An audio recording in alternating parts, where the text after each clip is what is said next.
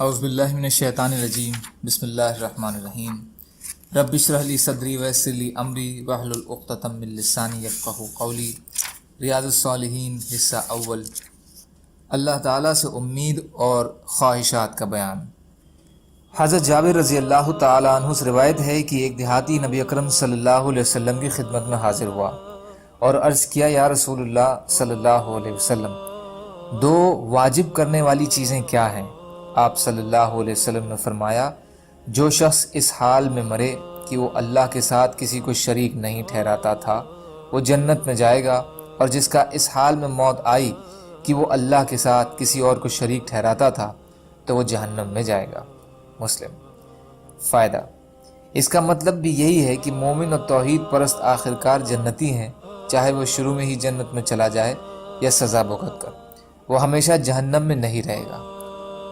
خلود فی النار، جہنم میں ہمیشہ رہنے کا حقدار صرف کافر اور مشرک ہے۔ حضرت انس رضی اللہ تعالی عنہ روایت کرتے ہیں کہ بے شک نبی اکرم صلی اللہ علیہ وسلم نے، جبکہ حضرت معاذ رضی اللہ تعالی عنہ آپ صلی اللہ علیہ وسلم کے پیچھے سواری پر سوار تھے، ارشاد فرمایا، اے معاذ۔ انہوں نے عرض کیا، یا رسول اللہ، حاضر ہوں۔ آپ صلی اللہ علیہ وسلم نے فرمایا، معاذ۔ انہوں نے عرض کیا، حاضر ہوں یا رسول اللہ۔ 3 مرتبہ آپ صلی اللہ علیہ وسلم نے انہیں پکارا اور معاذ رضی اللہ تعالی عنہ نے حاضر ہوں کہا۔ اس کے بعد آپ صلی اللہ علیہ وسلم نے ارشاد فرمایا، جو بندہ اس بات کی گواہی دے کہ اللہ کے سوا کوئی معبود نہیں اور محمد رسول اللہ صلی اللہ علیہ وسلم اللہ کے بندے اور رسول ہیں، بشرطے کہ وہ گواہی دل کی سچائی سے ہو، تو اللہ تعالیٰ اس کو جہنم کی آگ پر حرام فرما دیتے ہیں۔ حضرت معاذ رضی اللہ عنہ نے عرض کیا، اللہ کے رسول، کیا یہ بات میں لوگوں کو نہ بتلاؤں تاکہ وہ خوش ہو جائیں؟ آپ صلی اللہ علیہ وسلم نے فرمایا، تب وہ اسی پر بھروسہ کر لیں گے اور عمل سے غافل ہو جائیں گے۔ چنانچہ حضرت معاذ رضی اللہ تعالی عنہ نے اس بات کو اپنے تک محدود رکھا اور اپنی موت کے وقت گناہ سے بچنے کے لیے اس فرمان نبوی صلی اللہ علیہ وسلم کو بیان فرمایا۔ بخاری مسلم۔ امام طیبی رحمۃ اللہ علیہ فرماتے ہیں کہ دل کی سچائی سے کا مطلب ہے استقامت اور توحید اور رسالت کی گواہی کے تقاضوں کا اہتمام۔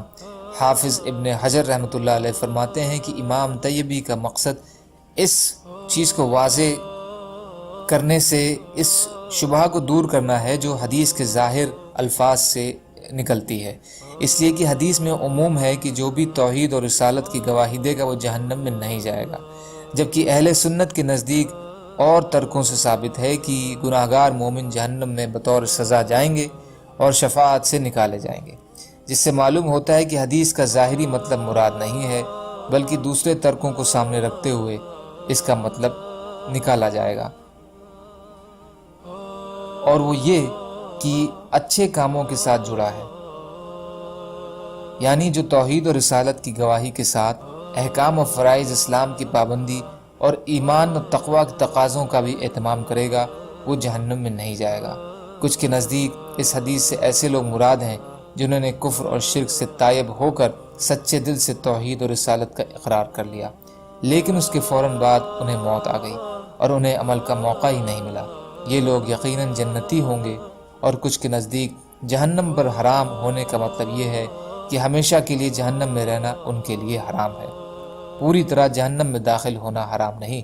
مومن اپنے گناہ کی وجہ سے اگر اللہ چاہے گا تو تھوڑی دیر کے لیے جہنم میں جائے گا اور پھر اسے نکال لیا جائے گا۔ اس سے ایک مسئلہ یہ بھی معلوم ہوا کہ عام لوگوں کے سامنے ایسی چیزیں بیان نہیں کرنی چاہیے جن کا صحیح طور پر سمجھنا ان کے لیے مشکل ہو، اور اپنے کم علمی کی وجہ سے وہ انہیں اپنی بے عملی اور بد عملی کے لیے جواز بنا لیں۔ فتح الباری۔ سبحان اللہ و بحمدہ، سبحانک اللہم و بحمدک، اشہد ان لا الہ الا انت، استغفرک و اتوب الیک۔ سبحان ربک رب العزت عما یصفون وسلام علی المرسلین والحمد للہ رب العالمین، برحمتک یا ارحم الراحمین، لا الہ الا اللہ محمد رسول اللہ۔